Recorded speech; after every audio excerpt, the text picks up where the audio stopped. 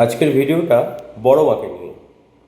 বড় মা সম্পর্কে আমরা কম বেশি সবাই জানি। নৈহাটির বড় মা।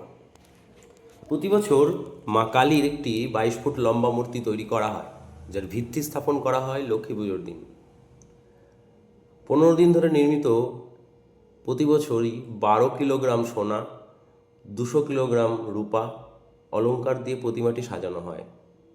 এতে সোনার চুড়ি, মুকুট, নেকলেস, চোখের সাজসজ্জা, জিহ্বা সাজসজ্জা, নূপুর এবং চাঁদমালা থাকে। মন্দির প্রতিষ্ঠিতর পর 100 বছর ধরে সমাজের সকল স্তরের মানুষদের দেওয়া ছোট ছোট গহনা এবং বিন্দি দিয়ে অলঙ্কারগুলো তৈরি করা হয়েছে। দেবীর গাঢ় বর্ণ 4টি হাত সোনা এবং পদ্ম চোখ দ্বারা বেষ্টিত। একটি লালচে জিহ্বা রয়েছে, যা উষ্ণতা এবং শক্তির উভয় নির্গত বলে বিশ্বাস করা হয়। 2023 সালে পূজার 100 বছর পূর্তিতে দেবীর উদ্দেশ্যে নিবেদিত একটি নতুন মন্দির উদ্বোধন করা হয়েছে। একই বছর কালী পুজোর দিন কষ্টিপাথর দিয়ে তৈরি বড় মার নতুন প্রতিমার প্রাণ প্রতিষ্ঠাও করা হয়েছে। প্রায় 1 শতাব্দী আগে 1900 সালের গোড়ার দিকে ভবেশ চক্রবর্তী নামে এক যুবক, যিনি পাটকলের কর্মচারী এবং সমাজসেবক ছিলেন, 4 বন্ধুর সাথে নবদ্বীপে ভাঙারাজ দেখতে গিয়েছিলেন। নবদ্বীপের মূর্তিগুলোর অবিশ্বাস্য উচ্চতা এবং মহিমা তাকে মুগ্ধ করেছিল। নৈহাটিতে তার বাড়িতে ফিরে আসার পর তিনি একটি স্বপ্ন দেখেন, যেখানে মা কালী, যিনি সেই সময়ের চক্রবর্তী পরিবারের একজন ক্ষুদ্র দেবী ছিলেন, তাকে নবদ্বীপের মূর্তির মতো 22 ফুট উচ্চতার একটি বিশাল মূর্তির রূপ দেওয়ার নির্দেশ দেন। প্রাথমিকভাবে বড় কালী বা ভবেশ কালী নামে বড় মা পরিচিত ছিলেন। এই চক্রবর্তী পরিবারের দ্বারাই আয়োজিত হতো এবং কেবলমাত্র তাদের মধ্যেই সীমাবদ্ধ ছিল। বছরের পর বছর ধরে বড় মার জনপ্রিয়তা বৃদ্ধি পায়, সাথে সাথে পুজোটি সাধারণ মানুষের জন্য উন্মুক্ত করে দেওয়া হয় বা খুলে দেওয়া হয়। মূর্তিটির নামকরণ করা হয় বড় মা, যা তাকে সকলের মা হিসাবে প্রতীকিত করা হয়। তার ভক্তদের কাছে অত্যন্ত শ্রদ্ধার পাত্র তিনি তার সকল ভক্তের ইচ্ছা ও আকাঙ্ক্ষা পূর্ণ করেন।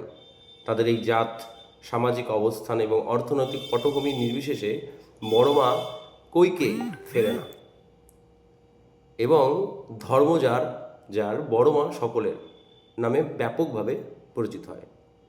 বড় মার মন্দির পরিদর্শন এবং তার আশীর্বাদ গ্রহণের পরপরই কীভাবে তাদের সমস্যার সমাধান হয়েছিল বা কীভাবে তারা তাদের কর্মজীবনে সাফল্য পেয়েছিল সে সম্পর্কে অসংখ্য ব্যক্তিগত অভিজ্ঞতা পশ্চিমবঙ্গের দূর দূরান্ত থেকে প্রচলিত। 1970 সালের আগে বিশাল মূর্তিটি শহরের সবচেয়ে শক্তিশালী পুরুষদের কাঁধে করে বহন করা হতো মণ্ডপ থেকে নিকটবর্তী গঙ্গায় বিসর্জনের জন্য। 1970 সালের পর থেকে আয়োজকেরা সিদ্ধান্ত নেন যে শহরবাসীর একটি চাকাযুক্ত ট্রলিতে করে বড় মায়ের মূর্তিটি নদীতে বিসর্জনের জন্য নিয়ে যাবেন। হাজার হাজার পুরুষ মিছিলের পথে বিশালের মূর্তিটি পরিচালিত করার জন্য একত্রিত হন। হাওড়ার মালা প্রস্তুতকারকদের দ্বারা তৈরি বিশাল আকারের প্রাণবন্ত মালা দিয়ে সজ্জিত। মালাগুলি মূলত রক্ত লাল হিবিস্কাস দিয়ে তৈরি। পাশাপাশি জুঁই, হলুদ এবং কমলা, গাঁদা, গোলাপ, রজনীগন্ধা এবং চন্দ্রমল্লিকা দিয়েও তৈরি কয়েকটি মালাও রয়েছে। বড় মায়ের 4টি হাতে অর্থপূর্ণ প্রতীক রয়েছে। তার ডান উপরের হাতটি আশীর্বাদে ভঙ্গিতে উঠিত, যা তার ভক্তদের আশ্বস্ত করে।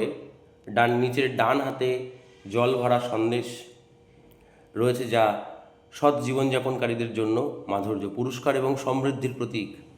তার বাম উপরের হাতে তার অস্ত্র ধরে রয়েছে, যা মন্দ নির্মূল করার শক্তির প্রতীক। অন্যদিকে তার বাম নিচের হাতটি একজন পাপীর ছিন্ন মস্তা ধরে আছে, যা অন্যায়ের স্মরণীয় করিয়ে দেয়।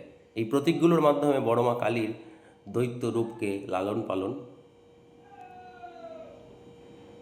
করা হয়, ভয়ঙ্কর হিসাবে প্রকাশ করা, যা তার ভক্তদের কর্মের উপর ভিত্তি করে পুরস্কার এবং শান্তির মধ্যে ভারসাম্য কথা মনে করিয়ে দেয়।